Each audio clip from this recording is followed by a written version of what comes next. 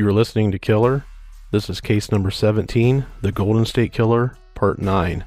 The East Area Rapist, Part 8. Lock your doors, bolt your windows, and turn off the lights. We're about to begin. October 8th, 1977. Rape investigation. A cloud over 5,000 local citizens. More than 5,000 names have been offered to police and sheriff's detectives trying to track down the sexual terrorist known as the East Area Rapist. All but a dozen of the 1,000 names of possible suspects received by city police have been cleared, Lieutenant Hal Taylor said this week. The sheriff's office is not being as candid about the 4,000 suspects they have or are investigating. Sheriff Dwayne Lowe's officials refuse to say what they've done with the 4,000 tips provided to the department in the past 5 months.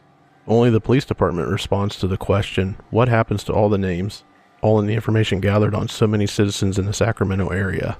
Lieutenant Taylor says the city police have discarded any information reported to them or developed by them on all but the remaining 12 persons still considered suspect. However, the other 900 plus names are being kept on file so detectives can avoid reinvestigating men they have already cleared. Taylor explains. If the rapist is ever identified, Taylor continued, the name of the innocent will be discarded.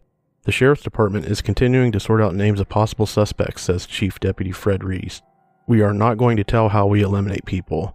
Bill Miller, the Sheriff's Public Information Officer, also refused to discuss the handling of names or personal files that have accumulated during the rape investigation. But one detective, Ronald Buchanan, said, about the only thing we are certain of at this time is that the rapist is white and male. Taylor, the head of the city's homicide squad, more candidly said most of the 1,000 names offered city police as possible suspects were eliminated quickly. Some have been from anonymous calls, many through the B's secret witness program, he said. Some have been obviously vindictive, like someone who didn't like the kid next door. Some have been malicious. Detectives first screened the names by the collective description of the East Area Rapist and by the times of his attacks, Taylor said. The backgrounds of men not eliminated in that screening then were checked for possible criminal leanings or sexual perversion, Taylor said. Men still not eliminated from the suspicion then were contacted by detectives and interviewed, he said. We have kept information concerning those who fall under the good suspect classification. If we have verified they have backgrounds of major sex offenses and then they cannot be ruled out in their other points, they continue to be possible suspects in this or other sex crimes, Taylor said. There are 12 names in that good suspect file. About 1% of all the names offered city detectives in the case, Taylor said. Most of the names flooded into the sheriff's office and police station in May after sheriff's detectives widely publicized their profile of the East Area Rapist and announced that he had a small penis. Detectives said then they believe the man is a paranoid schizophrenic acting in what psychologists call a homosexual panic because of feelings of sexual inadequacy. The rapist has struck 24 times at irregular intervals since October 1975. 22 attacks have been in homes in the East Area. One has been in the South Area, one in Stockton. The last rape in the series was early last Saturday when the rapist broke into a duplex in the La Riviera Folsom Boulevard area and attacked a 17-year-old girl who was spending the night with a boyfriend. He followed his pattern of overpowering the couple in bed, tying the man and leading the girl into another part of the house for repeated sexual assaults. October 21st, 1977. Foothill Farms. Rapist gets 25th victim. The East Area Rapist shifted to the Foothill Farms area today to attack a sleeping couple, ransack their home, and leave them untied by their 2 small children, sheriff's deputies reported. The rapist entered a home northeast of Elkhorn Boulevard and Diablo Drive intersection about 3 a.m., sheriff's deputies said. He wore a ski mask and carried a pistol and a knife to overpower the couple in their bedroom, deputies said. It was the 25th attack in 16 months attributed to the rapist. 22 have occurred in the north or east area, 1 in the South area, and 1 in Stockton. The rapist last struck October 1st when he raped a 17-year-old girl who was visiting her boyfriend in the La Riviera Folsom Boulevard area. In today's attack, the rapist forced open a side door on the garage, then broke through a kitchen door to enter the home, said Sheriff spokesman Bill Miller. This is one of the few forced entries of the East Area Rapist, Miller said. The man has more routinely entered the homes of his victims by snapping open sliding glass doors. Neither of the doors in today's entry were secured with deadbolts, Miller noted. The rapist awakened the sleeping couple, tied the man on the bed, and then led the woman to another part of the house where he tied her and repeatedly raped her, deputies said. It is the same pattern the rapist has followed in his last 9 strikes. As sure as he can be, this was the East Area Rapist, Miller said. He had the same M.O., method of operation. The rapist stayed in the house about an hour and a half, but did not awaken the children, Miller said. He left with the husband still tied in the bed and restricted by dishes placed on his body, the woman tied in a chair. October 30th, 1977. Rapist strikes for 26th time. Still no clues. The East Area Rapist attacked his 26th victim early Saturday, this time in Sacramento's northeast area, where he awakened a young couple, tied up the husband, and assaulted the woman, sheriff investigators said. The rapist previously struck 8 days ago in the Foothill Farms area. Officers said he entered the home, located north of Whitney Avenue between Mission and Eastern Avenues about 1:45 a.m., by forcing open a sliding glass window in an unoccupied bedroom. The couple in their early 20s with no children were awakened when the rapist tapped the husband's foot with a pistol and shined a flashlight in their eyes, temporarily blinding them, officers said. The couple later said they could not describe the attacker, nor did they know whether he wore a ski mask. He tied up the husband in the bedroom and led the woman to another room where he raped her, officers said. The attacker left about 3:45 a.m. His M.O. was the same as all the rest, said Sheriff spokesman Bill Miller. It was his 26th attack in 16 months attributed to the rapist. 24 have occurred in the north or east areas, one in the south area and one in Stockton. November 3rd, 1977. East Area Rapist. Attacker tortures victims with silence. Silence is about the only thing common to all 26 attacks of the East Area Rapist, Sheriff Detective Carol Daly said Wednesday. In each attack, there were long periods of silence, she said. He's playing games with their minds. It's a mental torture on the victims, not just a physical attack. Detective Daly detailed some of the rapist's behavior in a rare interview allowed by the Sheriff's Department with an officer directly involved in the rape investigations. His big thing is being a master over their minds once he gets them tied up, she said. That's the big trip. The rapist, who has attacked 25 of his 26 victims in the past 16 months in Sacramento County, has stalked his victims from the darkness of their own homes, Detective Daly said. In many cases, a woman has been tied in a chair after being raped, she said. The house has been so silent, the woman has presumed the rapist has left, but when the woman tried to untie herself, the rapist jumped from the darkness, whispering, "Don't move, don't move." He's quiet. The way he gets into houses without being heard is evidence enough. He is shrewd, she said. The rapist who last attacked Saturday morning in the northeast area of the county has become the top priority case for the Sheriff's Department, she acknowledged. Still, detectives know so little about the rapist that they are unsure of whether he is basically a burglar who has turned to sex crimes or a sex pervert who has learned to commit burglary. I don't know what comes first, and I don't think we will know until we know who he is, Detective Daly said, but a typical rapist does not have such elaborate schemes. The detective refused to discuss any conversations the rapist may or may not have had with victims as he has prowled their homes, about 2 hours on each attack. But she did say the rapist has said nothing to the victims that reveals anything about himself. During his quiet hours of terror, the rapist has not ransacked the victim's home to any great extent, Detective Daly said. It's just a mental trip, she said. November 9th, 1977. Rapist. Security tips profile given to Miro Loma audience. Approximately 700 people packed the Miro Loma High School cafeteria Tuesday night to hear about the most hunted man in Sacramento County, the East Area Rapist. Sacramento Sheriff's Officer Gary Imes and Detective Carol Daly spoke about how the public could protect itself from the man who police say has attacked 26 times, most recently in a neighborhood near the high school. Some women interviewed said they came to the meeting simply because they were frightened and wanted to know more about the man Detective Daly said has an extremely violent potential.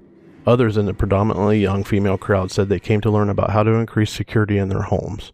When Detective Daly began detailing the suspect's appearance and method of operation, the crowd became very still, listening intently through most of her talk. The rapist, who usually enters a house through an open window or door, has exasperated the police with his ability to evade capture, Detective Daly said.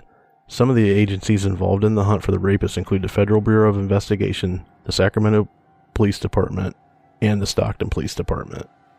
November 10th, 1977. Number 27. East Area Rapist attacks girl, 13.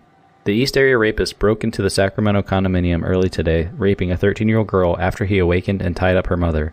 The 27th attack in 17 months occurred on La Riviera Drive near Watt Avenue in the College Green section of the city about 3 a.m., said Sheriff's Chief Deputy Fred Reese. The rapist spent about 2 hours in their home, raping the girl, then fondling her as she sat tied in a chair.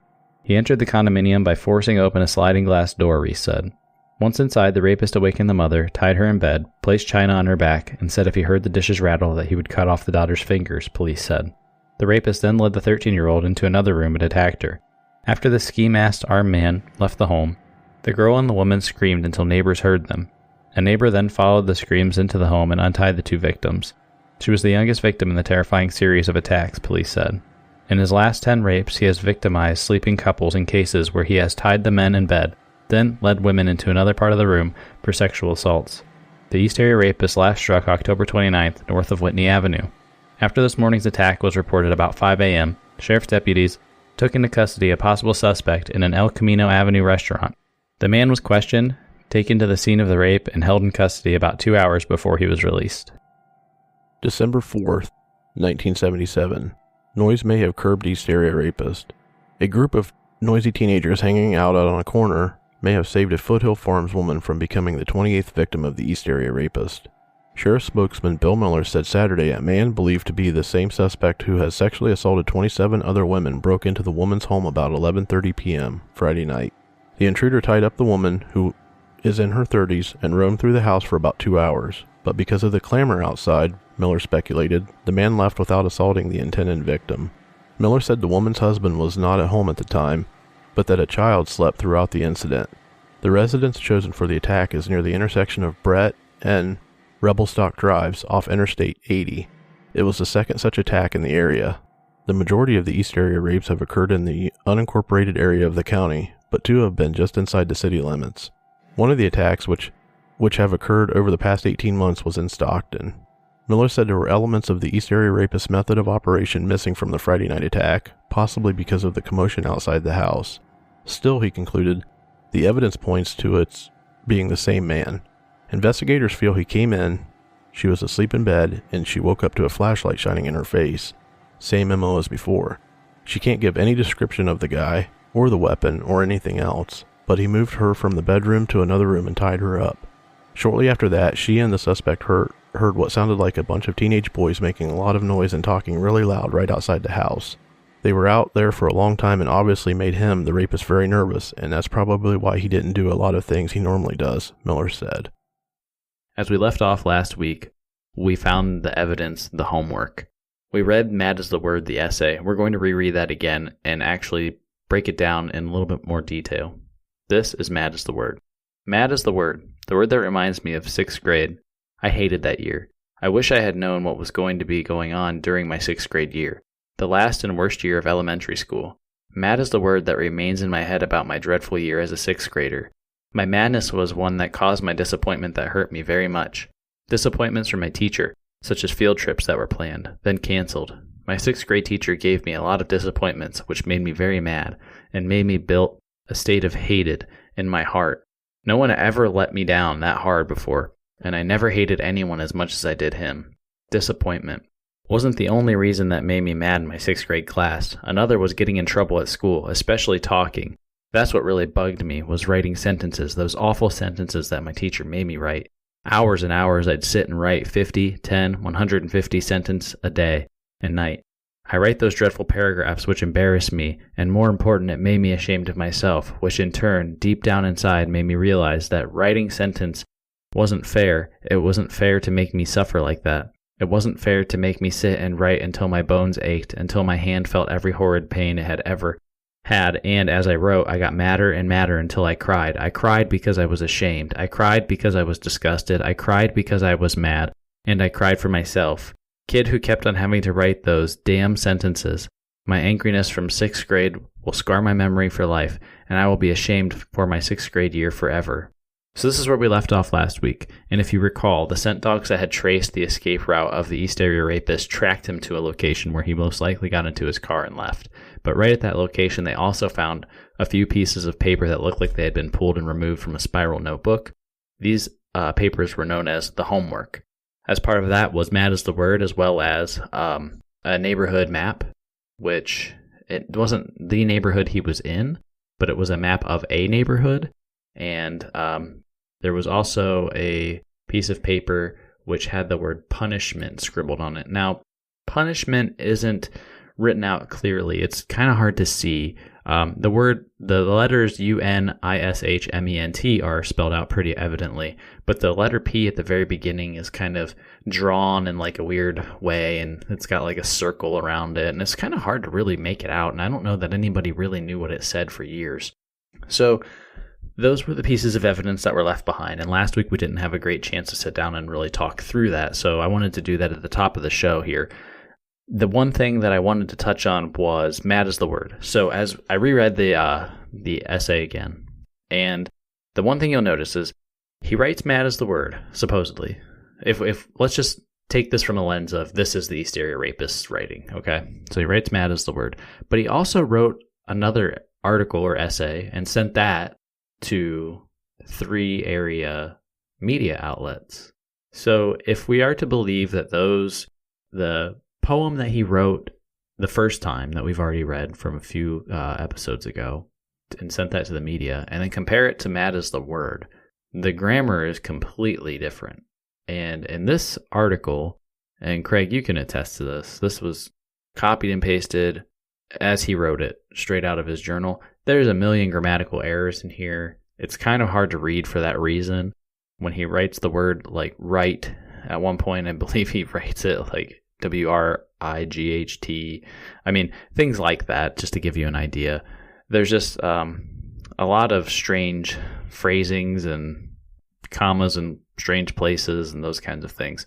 So I wanted to kind of talk to you about that and get your opinion. How do you feel in your perspective now after going through the vast majority of this case and you have some of the evidence that's left behind? Do you have an opinion one way or the other that this was or was not the East Area Rapist, or that he planted this evidence, or it just was a coincidence that it was in the location that he took off from?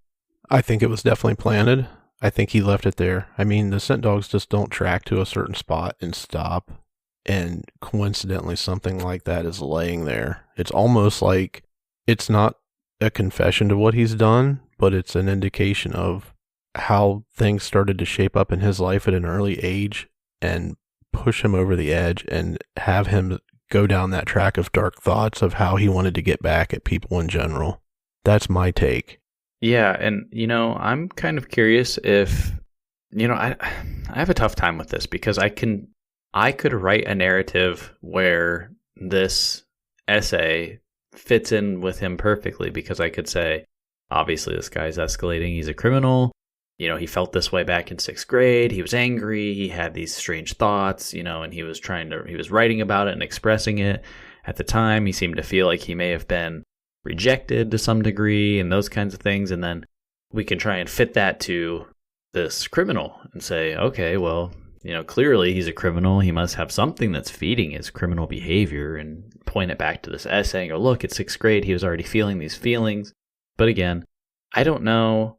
It feels tactical to me in a way that this is conveniently laying right where he took off from, and it's ripped from a spiral notebook. And I don't know. I have a feeling, with literally no evidence to back me up, but I have a feeling that this homework evidence came from a ransacking at some point, and that he just dropped it for whatever reason. This was the time he was just screwing with people and just left it behind, and that was that. That's a great point. I didn't even think of that angle. It could have been. The evidence to this point, though, points that he really likes certain things, like jewelry, for whatever reason. He's always taken rings of victims and things like that. And, I mean, I guess it could have been something he collected, just randomly from one of his ransackings, because he hit so many houses.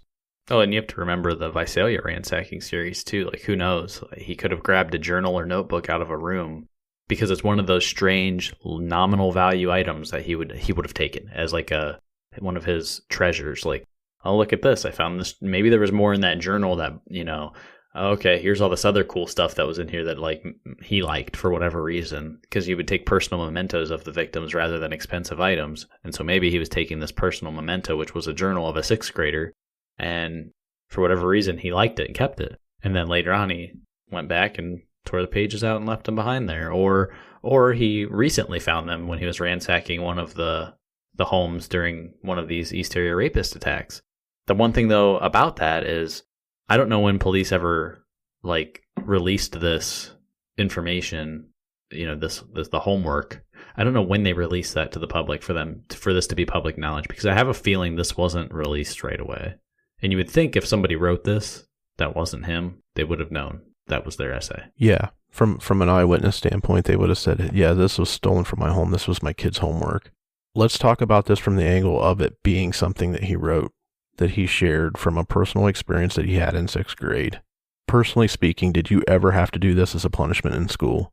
When you screwed up or did something wrong, did you ever have to go to the chalkboard, write the same repetitive sentence over and over again? You may be a little young for that, but I'm just curious. Nah, bro, I was perfect. I was an angel in school. No. I don't remember if I ever had to write sentences. We did have that as a punishment. I don't know that I personally recall a time that I had to do that. We used to get our name on the board. That was like the big one. You get your name on the board once, and then if your name's on the board, if they have to do something to it a second time, like put a check mark next to it, that means you lost recess, which that did happen to me a few times. But I don't recall. I do know now, this was more like in high school, I think. Yeah, it was high school. We had Spanish class, and in Spanish class, we would always get in trouble because our Spanish teacher was terrible, and basically the class would just kind of do whatever they wanted, and then she would kind of like let you get really rambunctious and then get pissed at you for letting everyone get rambunctious, which was strange, and then she would make you transcribe sentences out of textbooks in Spanish. So yeah, we did have to do some of that, not writing like the Bart Simpson at the beginning of the show. I will not say eat my shorts. I will not say eat my shorts. We didn't have to do that. I never did, at least. Well, dial it back a little bit from your time in grade school to my time in grade school. I did have to do this because I will admit I was a little asshole in school quite often. And just from the standpoint of this being that feeling of inadequacy or that feeling of being shamed, and dare I say, from a perspective of a teacher bullying a student, I don't even want to go down that tangent because it's going to piss a lot of people off. But it did suck to go to the board and write sentence after sentence. I did it at least, if I recall correctly, 3 times. And there was one time where I had to go up and do it in front of the class. This wasn't an after school thing. This was like in the middle of class, and she made me come up there and start writing. I don't even remember what the sentences were, but write till the board was full. And the board was the size of the wall. Yeah. What was the sentence? I don't remember. I mean, I also come from the day and time of when you still got your ass beat in school. I got my ass beat literally 4 times in school. I remember every one of them. So What did you do? Let's see. The first time was in 3rd grade, and we were picking on this one kid.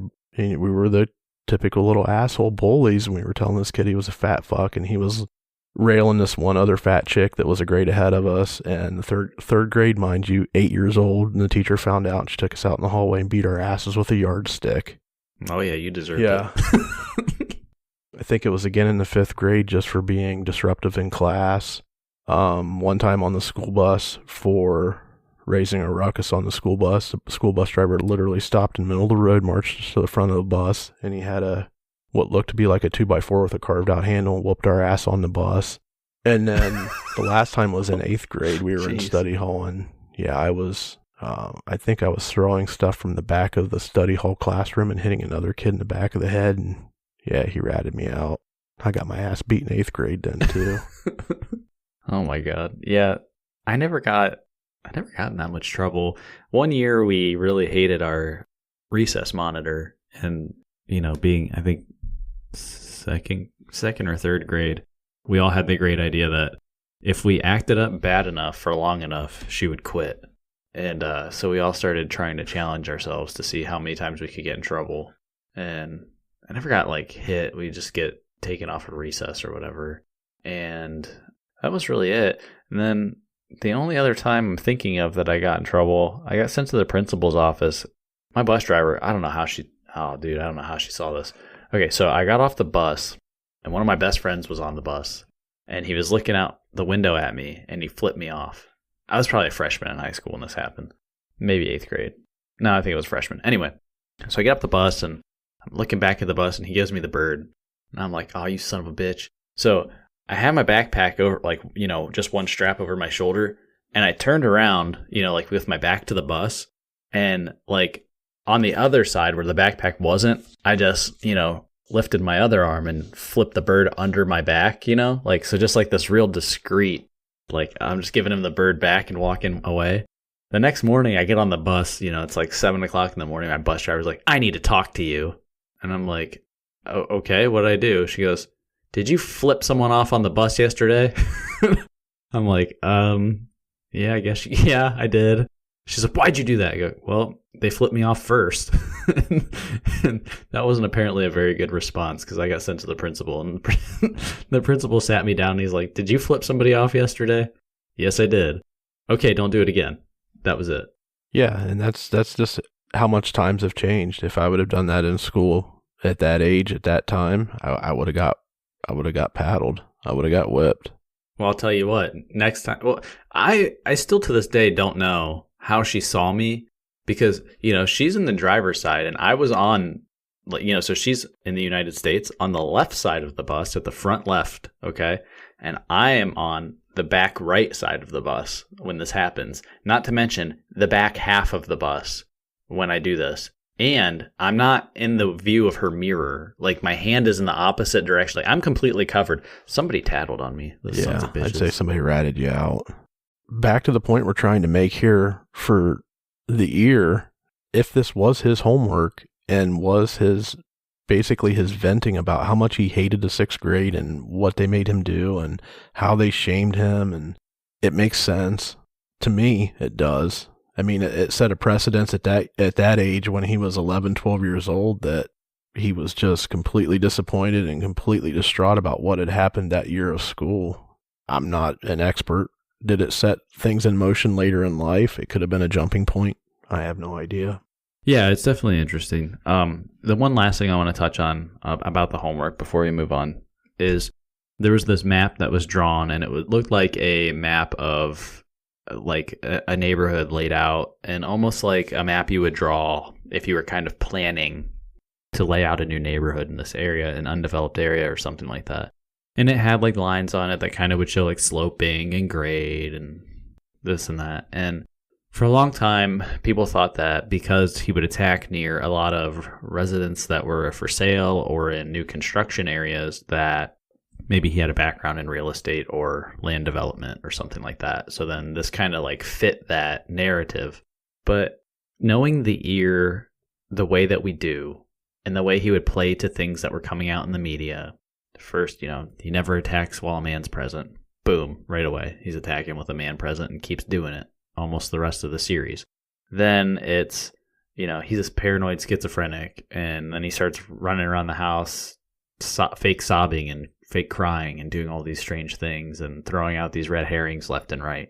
He must have caught wind at some point through somewhere that they thought that he might have a tie to the real estate industry, and he found this drawing or drew it himself and tossed it aside. You know what I mean? Like, I feel like this all has, "I'm sending you a message" or a red herring written all over it. That's the vibe I get. But I mean, we'll find out eventually. But that is the vibe that comes to me, seeing all this stuff.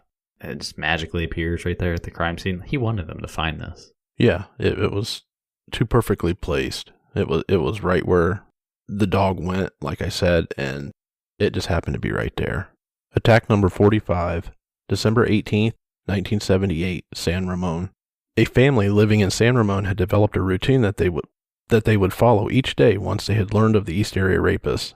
They would search their entire home prior to leaving, and once more when they returned. They tried to find screens with holes in them, photos that were misplaced or stolen, things out of place, or a coil of rope outside of the home. The home was situated along a canalway, the perfect spot for the ear to strike. The family went about doing a check of their home when they returned one evening. They found rope under the cushion of their couch. They looked further and found a wedding photo had been removed and placed on a pad of writing paper.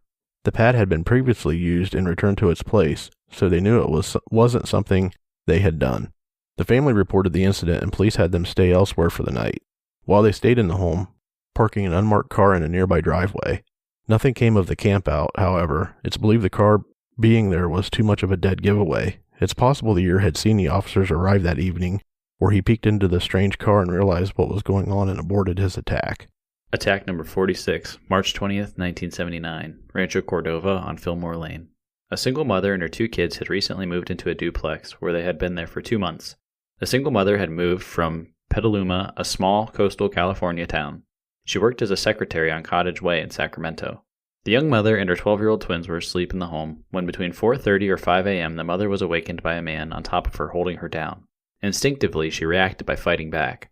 The intruder struck her in the head 4 or 5 times with something that he had in his hand, but she never knew what it was. He told her, "All I want is your fucking money. I won't hurt you if you shut up." She complied with his orders and was promptly tied up with a nylon tent cord, which was taken from her garage. The intruder was wearing a nylon mask, which appeared to be homemade and hung loosely from his face. She was blindfolded shortly after being tied up. The intruder continued on and ransacked the home as usual. The victim could hear him rummaging through and taking her belongings. He spoke in a gravelly, threatening voice, and repeatedly calling her a bitch. The intruder went into the kitchen and continued to ransack the home. He ransacked for what is estimated to be 45 minutes. Upon his return to the woman, he pulled her pajama bottoms down, then placed the blade of his knife against her back. He warned her it was her last chance and to tell him where the money was. The woman could feel that she was about to be raped and said to him, "Please don't." He then pulled back her elastic waistband and let it snap against her. At this moment, an alarm clock sounded. Then he said, "Bitch," and left the room. It was silent for about 10 minutes. Then she got free of her bindings quite easily. Due to some of the nuances of this attack, it wasn't 100% certain to be the work of the ear. The victim felt the way he spoke and the things he was saying was a well-rehearsed script. Her son had heard something outside around 12:30 a.m., but did not report anything. The perpetrator took off with $3,000 worth of jewelry. Sacramento County did not want to believe this was the work of the year due to some of the nuances of the attack. However, Jim Bevins and Larry Compton did. Attack number 47, April 4th, 1979, in the city of Fremont on Honda Way. "Motherfucker, you're dead. Put your face down or I'll blow your fucking head off," the ear told the man. It had awakened to find a flashlight beaming in his eyes. It was around 10 p.m. The female victim awoke to the sounds of her boyfriend being threatened. The assailant tossed bindings onto the back of her boyfriend and instructed her to tie him up. "Don't look at me, don't look at me," he told her. She began tying up his hands. "Tighter, tighter," he encouraged. Then he tied up the victim and retied the boyfriend's hands. The intruder left the room for a moment and was heard tearing towels in the hallway. He returned and said to them, "Don't look at me or move or I'll blow your fucking heads off." He told them he only wanted money and something to eat. He rummaged the home for a while and returned to check on the couple. He asked the female victim where her purse was. She told the man it was in the garage. Once he came back from the garage, he told her to move away from her boyfriend and get out of the bed and onto the floor. The victim noticed the man had brown, hairy legs. He was wearing brown checkered socks, dirty white tennis shoes, and, most likely, no pants. The intruder took the woman out into the living room and put her on the floor, with a blanket covering her. He also blindfolded her with a towel. She heard him rummaging through the kitchen. He was headed to the bedroom with the dishes. He told the boyfriend, "All I want is food for my van." Then he warned him, "If I hear these, I'll blow your fucking head off." Then he bound the boyfriend's ankles using a cord he took from the television. He ran his knife down the spine of the male victim, warning him, "I'll cut your head off if you move." Then he left the room. He returned to the living room where the woman still lay bound on the floor. He turned on the television, leaving it on for light, but turning the volume all the way down. He said something to the victim to which she was not sure what it was. Then he leaned in and whispered to her, "If you do what I want, I'll take the food and money and leave without hurting anybody." The victim was already naked since that was how she slept. He straddled over her, placing his penis into her bound hands. He didn't say a word to her, but she knew what he was after. The victim stated he was never fully aroused. He untied her ankles and rolled her onto her back. He fondled her breast, not something he typically did. He raped her for about a minute, then put her on her side and raped her again. He squeezed her left breast extremely hard, got up and put the blanket back on her. Then he rebound her ankles. He also shoved a towel in her mouth and then tied her ankles to the bookcase and turned off the TV. The ear told her, "I'll just get these things together and put them in my van." She could hear him outside, then he returned. He paced around for a few moments and left again. The suspect was described as a white male, 25 to 35, 5'8 to 5'10, 165 to 180 pounds. He wore a dark ski mask, a dark nylon parka, dark pants, baggy checkered brown socks, and deck shoes. Attack number 48, June 2nd, 1979, in the city of Walnut Creek on El Divisadero Drive. A 17-year-old girl was babysitting for her neighbor for the first time in a while. She had put the child to bed for the night and was sitting in the kitchen table doing homework and watching Saturday Night Live. She heard something, or just had a feeling that there was a presence behind her. She turned around and saw a man standing there holding a hunting knife, still contained in its sheath. He told her, "Shut the fuck up. Don't you look at me. If you don't do what I say, I'll slit your fucking throat." He took her by the arm and escorted her to the master bedroom. He forced her down on her stomach, on the bed, then proceeded to bind her wrists and ankles. He placed the knife against her neck and threatened her, "If you don't keep your fucking mouth shut, I'll slit your throat." During the attack, the ear constantly assured her that all he wanted was money. However, he never asked her where it was. The victim was then gagged with pantyhose and blindfolded with a towel. She could hear the man ransacking throughout the bedroom and in the bathroom. He came back to her shortly after, cutting the bindings from her ankles and rolling her onto her back. He also continued on removing her shoes, socks, pants, and underwear. The man stood near her, and she could hear him lubricating himself. He straddled on top of her and asked her, "Have you ever fucked before?" The ear then attempted to rape her, but he wasn't quite able to. Frustration set in, and he got off of her. He flipped her onto her stomach and then got onto her back and instructed her to play with his penis. He then rolled her onto her back again, lifted up her shirt and her bra. He bit her left nipple softly a few times, then clamped down hard, leaving an impression of his teeth behind. Then he raped her this time. He flipped her back over and told her, "Don't move or I'll kill you." She then heard him getting dressed, and then placed the knife to her neck and threatened, "I'm going to leave. Don't scream for help or I'll cut your throat." Then it fell silent. The description the young girl was able to give was that he was 5'6", white male. This was only a guess. His mask was white, and he had a little body fat that she could tell. There was a report of a 1978 Oldsmobile Cutlass weaving in and out of traffic. Officers pulled the driver over on suspicion of drunk driving. The driver matched the description of the ear. He was arrested and charged with drunk driving and rape because the K-9 unit showed up and alerted after smelling the interior of the car and the driver. Later, it was determined that the order of operations wasn't properly followed and the dog gave a false alert. This led to the dropping of the rape charges. There was also a prowler reported before the responding officers had all left the area. The suspect was taken into custody. This suspect was from Sacramento, but living in nearby Pleasant Hill. He was caught with his pants down, literally. He was working for a janitorial company at the time and had gotten off of work at 7 p.m. He was searching for his lost cat, which somehow lasted until 6 a.m. The authorities found several photos of women in his car, which had been taken with a zoom lens. As usual, the phone calls, prowlers, cars, stolen bicycles, etc. were all present after the neighborhood canvass had taken place. There were many women who reported receiving upwards of 10 crank phone calls from several of the nearby homes. One woman had a nightgown stolen from her bedroom. Another had missing photos of herself. Attack number 49, June 11th, 1979, in the city of Danville on Allegheny Drive. A masked man appeared in the doorway holding his flashlight. The woman in the room awoke to the feeling of something in the room, and when she noticed the man, she nudged her husband awake. "Neither of you motherfuckers move or I'll blow your fucking heads off," the man growled. "All I want is your money." As was the usual case, he approached the husband's side of the bed and placed his gun to the head of the victim. "One move and I'll kill every motherfucker in this house." The man tried to get out of bed but was quickly met with the gun of the ear. "Don't move again or I'll blow your fucking head off. Get on your stomach and put your face on the pillow and your hands behind your back." The woman was greeted with some shoelaces to bound her husband with. "Tie his hands," she was told. The woman finished binding her husband and then she was bound. "All I want is the money. As soon as we get the money, I can go back to the city or I can kill every motherfucker here and leave." They told the ear where to find their cash. He started rummaging through the husband's pants looking for his wallet. When he couldn't find it, he began to grow impatient, saying, "It's not here. Your wallet's not here. Don't lie to me. Where's your billfold?" The husband told him it was in the den. "Don't move or I'll kill you," the ear snarled. Then he headed to the den. He entered the bedroom and immediately began laying into the couple. "You moved, didn't you? You tried to untie him, didn't you?" Then he checked the bindings again. He removed the wife from her bed and untied her ankles. He also gagged the husband using a yellow hand towel. He gagged and blindfolded the female victim too and escorted her out of the room. "Where is your purse?" he questioned the female. She could not respond with a gag in her mouth, and he told her to shut up as she attempted a proper response. He brought her into the den and forced her to the floor, tying her ankles again. He went back to the husband and checked his bindings again, then pulled sheets up over his head. Next, he stacked perfume bottles on his back and leaned over to him, warning him if he heard them rattle, he'll blow his fucking head off. He pushed his gun up against the husband's head and cocked it. Then he told him, "You don't like it, do you? There's nothing you can do about it."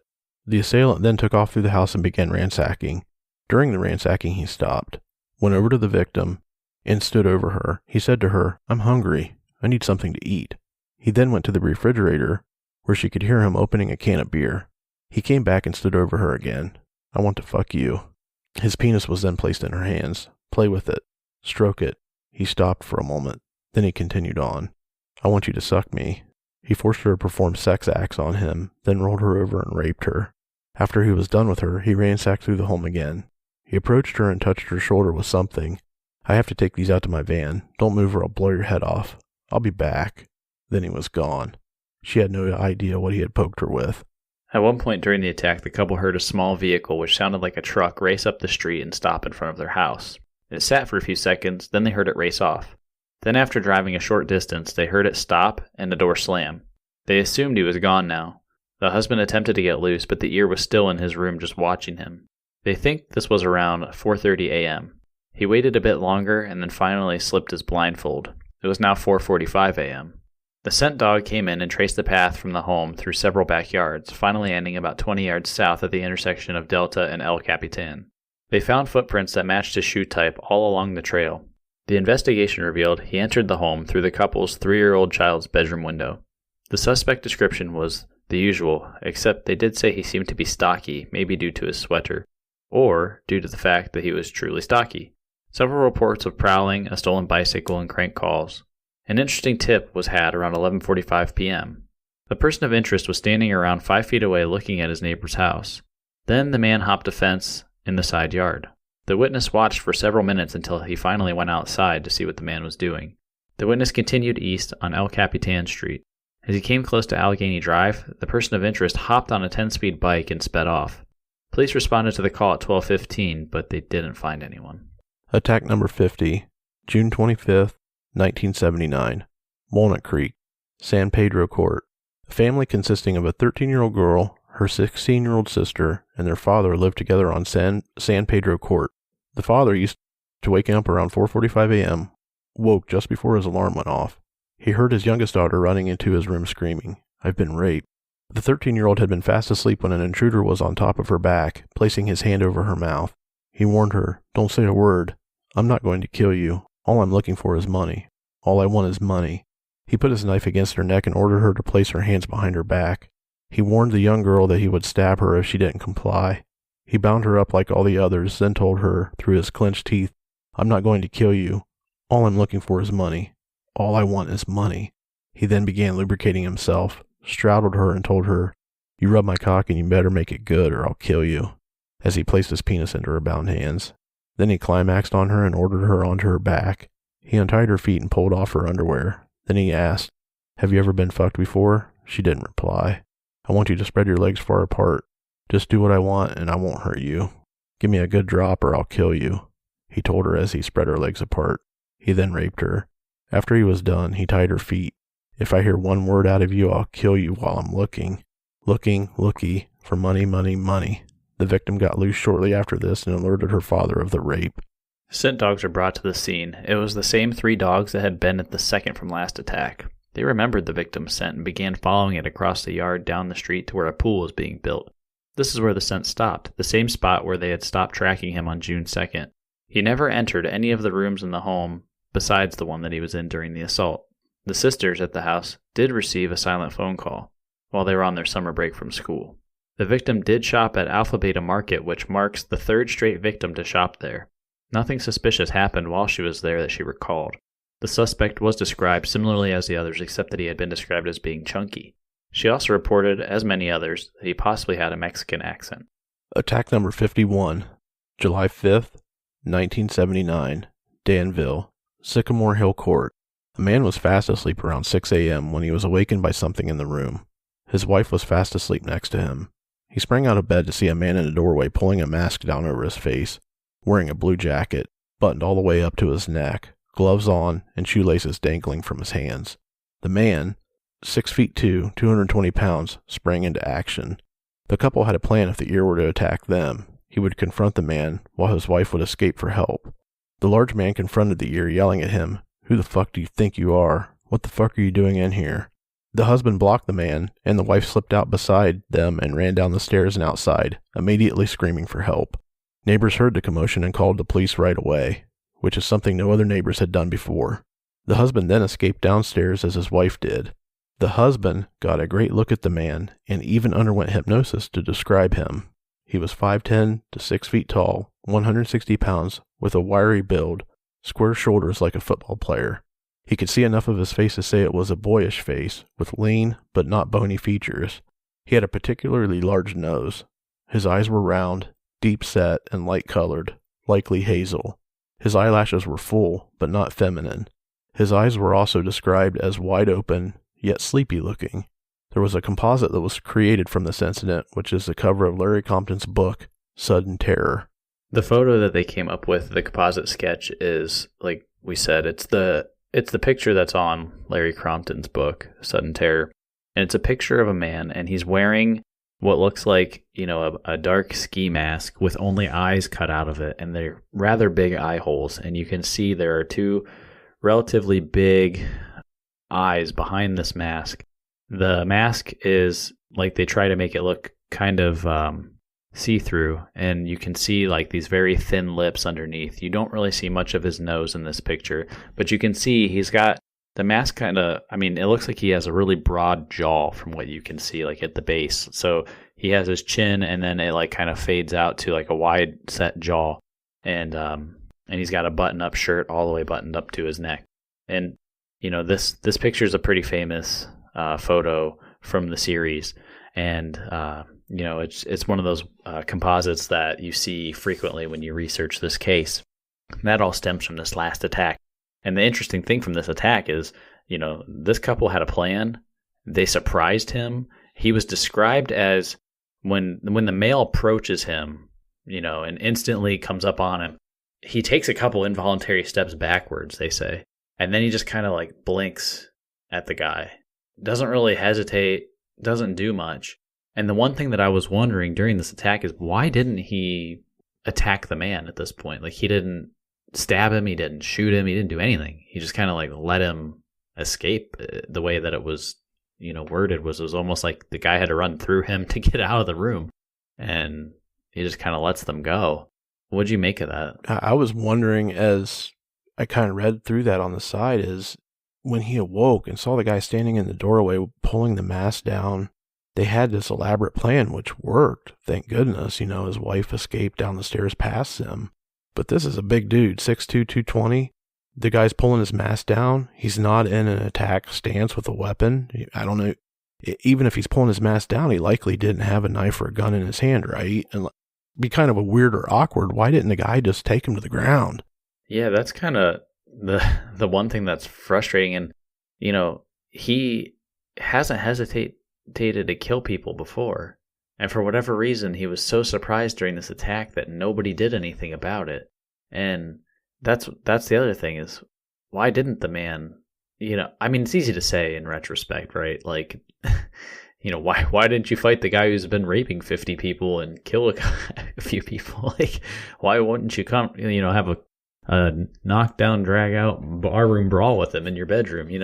Well, that's easy for us to say, but, who knows? If you go after this guy, maybe he does pull his gun right away, because he always seemed to have that, like, the belt on with all of his weapons in reach. And so if he does attack him, he might get shot right away. It might be best for his safety that he did take off. But, man, it makes you wonder if this guy would have managed to take him down at this particular time in the series, this would have saved a lot of grief for people. Yeah, and it would have solved still at this point, one of the worst, I have to believe, serial rape cases that I've ever read about or heard about too. But like you said, we don't know the situation in the room, how big the room was, how far he had to close on him. There's a lot of variables there, but if you had taken the time to put together such an elaborate defensive plan, if this happened at your house, yeah, I don't know. If it would have been me making that decision in my head, you make that split-second decision if you can close on the guy quick enough before he could pull a weapon. And even if he did pull a weapon, could you get him into a position or a situation where, even if he did stab you, you still have the upper hand, you still have an advantage over him if he's on the ground, fighting. I guess you don't know your opponent until you're in that situation either, right? Even though the guy is mostly described as 5'8" to 5'10", and even though you're physically larger than the guy, you never know what you're up against. So I don't know. It goes both ways. You don't. And, that's the thing about this case. I don't know. If he would have stopped him right here, man, it would have changed everything. Yeah. At this point, it's 1979. And for some of the people that I'm sure that are listening to this case that have followed it, even in the loosely, right? We know that this runs out until 1986. We're talking 7 more years of additional crimes being committed and terror being committed. And look how many years this investigation drug on for. So yeah, it could have been a turning point for sure, a huge turning point. This would be the last attack for the ear in Northern California. He had been spotted and possibly thought he was identifiable now. He laid low for a few months and would soon begin striking a new type of fear in a new community. To be continued next week, things escalate as the East Area Rapist morphs into the original Night Stalker. Stay safe.